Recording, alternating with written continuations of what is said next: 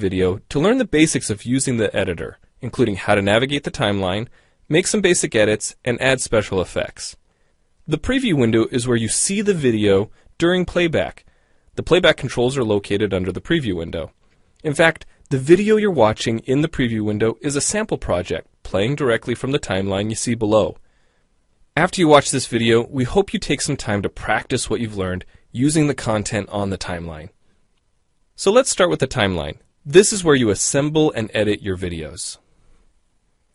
At the top of the timeline, tick marks represent time in terms of minutes and seconds. When building a video, you'll work in a horizontal manner, beginning from the left and moving sequentially through time towards the right. To make precise cuts and selection, use the zoom slider to magnify the view of the timeline. And when adding elements to your video, such as a call-out or audio clips, these are placed on different tracks. Tracks are created automatically, when you need them, when elements are added to the timeline. So depending on your video, you may be working with several tracks at one time. To change the position of an element on the timeline, just drag it. To change the length of an element, drag the edges in either direction. An important part of the timeline is the playhead.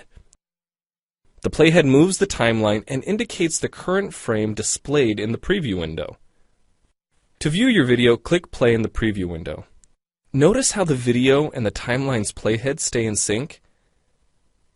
Click anywhere on the timeline and the playhead moves to that point. The green section of the playhead is called the in point. Click and drag the in point to make the beginning of a selection. The red section of the playhead is called the out point. Just click and drag the out point to make the end of a selection. To bring the sections of the playhead back together, double-click the gray playhead. To split a video clip, position the playhead at the desired location and click the split button.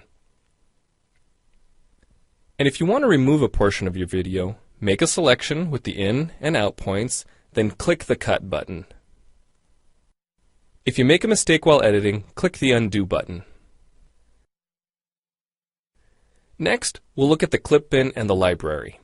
The clip bin holds recordings, audio files, images, and title slides being used in the project you're currently working on. Then there's the library. It stores video clips, intros, callouts, title slides, and other elements that you want to use from project to project. The library is also pre-populated with professional animations, music, sound effects, and other content you can use in your video for free. To add your own clips or video sequences to the library, make a selection on the timeline, right-click, and choose Add to Library. To include clips and other elements in your video, drag them from the clip bin or library and drop them onto the timeline. The tabs located above the timeline are task pages used for adding and editing special effects. You can add callouts to emphasize a key point. You can insert a transition between clips for a professional look. Apply zoom and pan effects to focus on important details. And draw attention to the cursor by changing the color, size, and more.